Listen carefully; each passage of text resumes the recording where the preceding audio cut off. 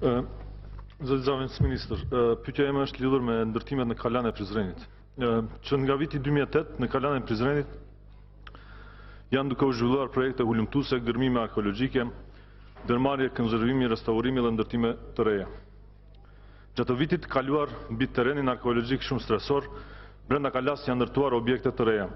Ndërtimi i objekteve të reja në Kalan e Prizrenit kanë nxitur reagime nga banorët dhe ekspertët e trashëgimisë kulturore, të cilët perceptojnë si degradim të lokalitetit arkeologjik. Kalaja e Prizrenit është aset i trashëgimisë kulturore arkeologjike në mbrojtje të ligjit. Dhe ndërhyrjet degraduese nuk lejohen. Bazohen në kornizën ligjore në fuqi, të gjitha projektet dhe aktivitetet e ndërhyrjeve fizike në asetet e trashëgimisë kulturore arkeologjike, përfshirë ndërhyrjet hulumtuese, gërmimet arkeologjike, punët konservuese apo ngritja e objekteve të reja, duhet të zbatuar sipas procedurave dhe kritereve të përcaktuara në ligjin numër 02 L88 për trashëgimin kulturore. Neni 3, 4, 5, 7 dhe 8. Pyetja ime është, në bazë të cilat vendime, leje dhe plane janë duke u kryer ndërtimet e reja dhe intervenimet konservuese, restauruese në lokalitetin arkeologjik Kalaja e Prizrenit? Zoti Ministër.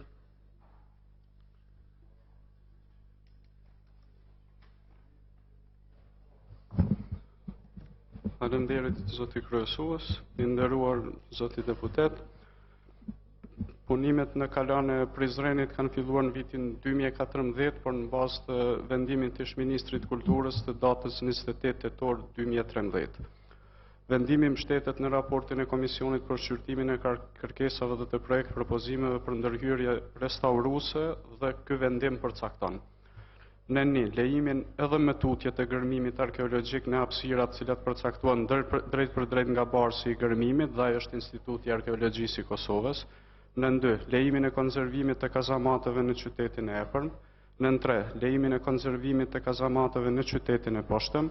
Dhe në 4, lejimin e shtigjeve të ecjes në hapësirat në cilat gërmimi arkeologjik ka përfunduar. Sa i takon pjesës qendrore të Kalas, Komisioni ka kërkuar 3 variante për rekonstruimin e hapësirës muzeore dhe këtë kërkesë përshkruan edhe vendimi respektiv. Ekipi punues ka përgatitur 3 variante dhe Komisioni e ka zgjedhur variantin të cilën e ka konsideruar të përshtatshëm dhe në përputhje me parametrat e përcaktuar. Pas kësaj, vendimi i ministrit i datës 28 tetor 2013 nuk është ndryshuar dhe s'është plotësuar. Mbi këtë bazë, Ministria ka pezulluar punimet në atë pjesë të Kalas dhe ka kërkuar nga Komisioni për shqyrtimin e kërkesave dhe të projekt propozimeve për ndërhyrje restauruese që ta trajtoj çështjen dhe për mënyrën e vijimit të punimeve ne do të vendosim varësisht nga vlerësimet që do të jap Komisioni. Faleminderit. Pyetje shtesë. Zoti Askuka.